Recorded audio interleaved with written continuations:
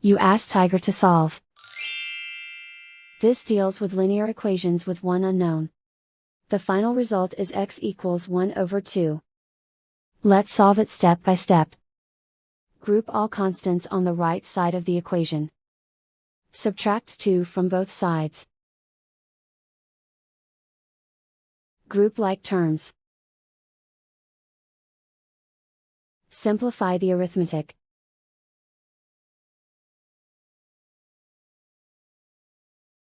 Isolate the x. Divide both sides by -4.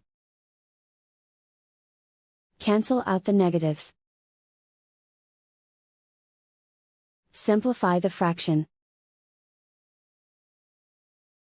Cancel out the negatives. Find the greatest common factor of the numerator and denominator. Factor out and cancel the greatest common factor. And so the final result is x equals 1 over 2.